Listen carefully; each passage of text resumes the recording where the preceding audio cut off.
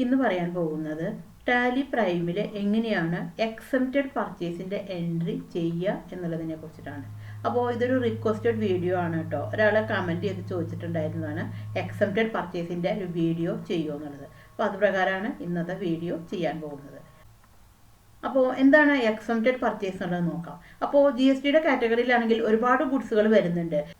അപ്പോൾ പല ഗുഡ്സുകൾക്കും ടാക്സ് ഉള്ളതും ഉണ്ട്, അതേപോലെ തന്നെ GST റേറ്റ് നില്ലായിട്ടുള്ളതും ഉണ്ട്. അപ്പോൾ എക്സംപ്റ്റഡ് പർച്ചേസ് പറഞ്ഞിട്ടുണ്ടെങ്കിൽ ആ ഒരു കാറ്റഗറിയിൽ പറ്റുള്ളതാണ്, അതായത് അതിന് ടാക്സ് റേറ്റ് ഇല്ല. അപ്പോൾ അങ്ങനെ വരുന്ന പർച്ചേസുകളെ പറയുന്നതാണ് എക്സംപ്റ്റഡ് പർച്ചേസ് ഉള്ളത്. അപ്പോൾ അതിൽ ശ്രദ്ധിക്കാനുള്ളൊരു കാര്യം എന്ന് പറയുന്നത് ആ വാങ്ങിക്കുന്ന പാർട്ടി ഒരു രജിസ്റ്റേർഡ് ഡീലർ ആയിരിക്കും.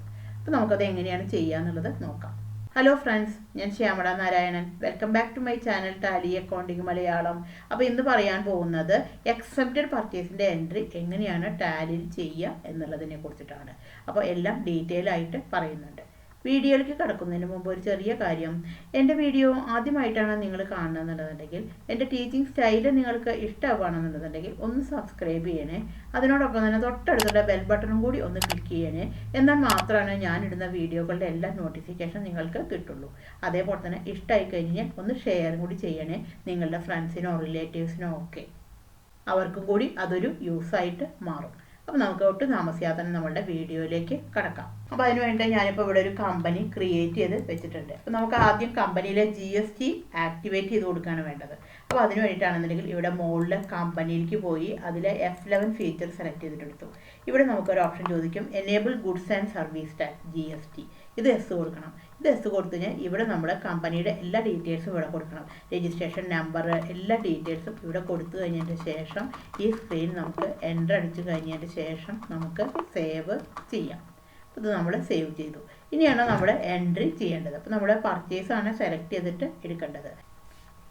നമ്മൾ വൗച്ചർ സെലക്ട് ചെയ്തിട്ടെടുത്തു, അതിലെ പർച്ചേസ് സെലക്ട് ചെയ്തിട്ടെടുത്തു. അപ്പോൾ ഇവിടെ ഇൻവോയ്സ് നമ്പർ, നമുക്ക് ബില്ലിലെ നമ്പർ ഇവിടെ കൊടുക്കാം. ഇവിടെ ഡേറ്റ് വന്നു. ഇവിടെ നമുക്ക് ആ പാർട്ടിയുടെ പേരാണ്, നമ്മൾ ആരെടുത്തുനിന്നാണ് ഗുഡ്സ് വാങ്ങിക്കുന്നത്.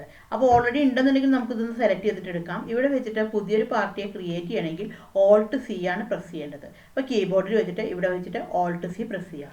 അല്ലാന്നുണ്ടെങ്കിൽ ഇവിടെ റൈറ്റിൽ ക്രിയേറ്റ് എന്ന് പറഞ്ഞിട്ട് കാണിക്കുകയും ചെയ്യുക. അപ്പോൾ നമുക്ക് എങ്ങനെ വേണമെന്നുണ്ടെങ്കിലും എടുക്കാം. അപ്പോൾ ഇവിടെ വെച്ചിട്ട് ഇപ്പോൾ Alt+C എടുത്തിട്ട് ഒരു പാർട്ടിയെ ക്രിയേറ്റ് ചെയ്യാം. ഇപ്പോൾ പാർട്ടിയുടെ പേരാണെന്നുണ്ടെന്നുണ്ടെങ്കിൽ ഇപ്പോൾ ദാസ് ആണെന്ന് വിചാരിക്കുക, ദാസ് എന്നുള്ളത് അടിച്ചു. അണ്ടർ സൺഡ്രി ക്രെഡിറ്ററിലേക്ക് സെലക്ട് ചെയ്തിട്ടെടുത്തു. ഇവിടെ maintain balance bill by bill എന്നുള്ള ഓപ്ഷൻ എസ് കൊടുക്കണം.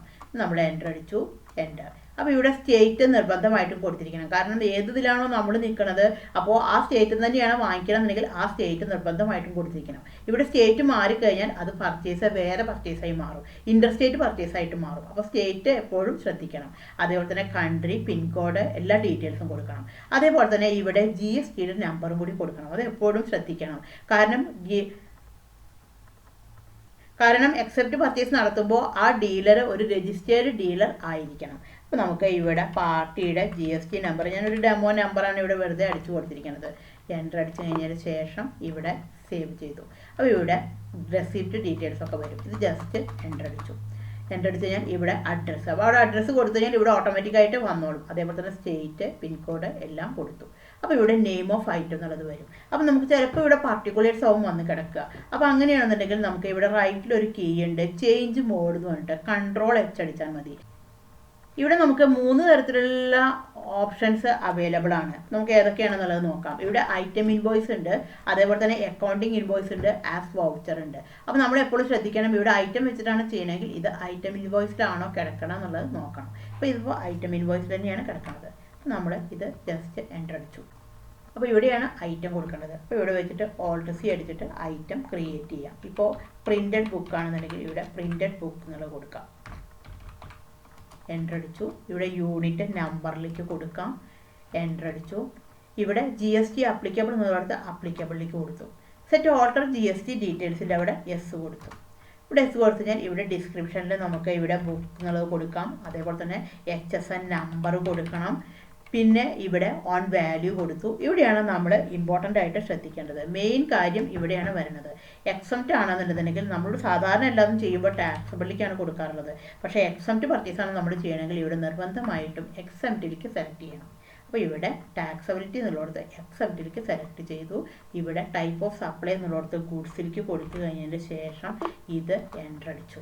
എൻ്റർ അടിച്ചു കഴിഞ്ഞാൽ ഇവിടെ ക്വാണ്ടിറ്റി കൊടുക്കാം. ഇപ്പോൾ ഒരു 100 ആണെന്ന് വിചാരിക്കുക, 100 കൊടുത്തു, റേറ്റ് കൊടുത്തു, എൻ്റർ അടിച്ചു, എൻ്റർ.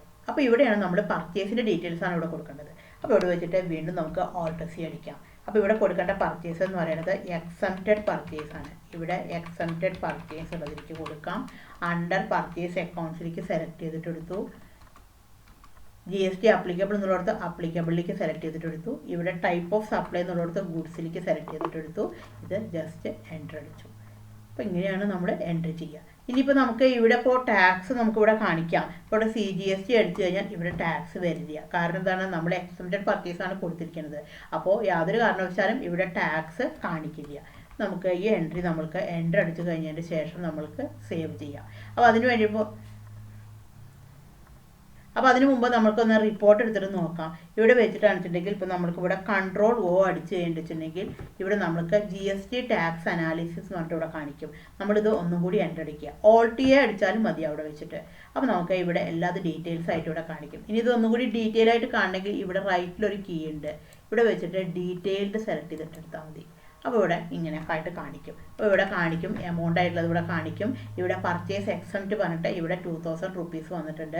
ടാക്സബിൾ വാല്യൂ വന്നിട്ടുണ്ട് ഇവിടെ. പക്ഷേ ഇതിൻ്റെ ടാക്സ് റേറ്റ് ഒന്നും ഇവിടെ വന്നിട്ടില്ല. സാധാരണ എല്ലാത്തിനും ഇവിടെ ടാക്സ് റേറ്റ് ഒക്കെ കാണിക്കും. പക്ഷേ ഇത് എക്സംപ്റ്റഡ് ആയതുകൊണ്ട് ഇതിന് ടാക്സ് റേറ്റ് ഒന്നും കാണിച്ചിട്ടില്ല. അപ്പോൾ ഇങ്ങനെയാണ് നമ്മുടെ എക്സംപ്റ്റഡ് പർച്ചേസിൻ്റെ എൻട്രി ചെയ്യുക.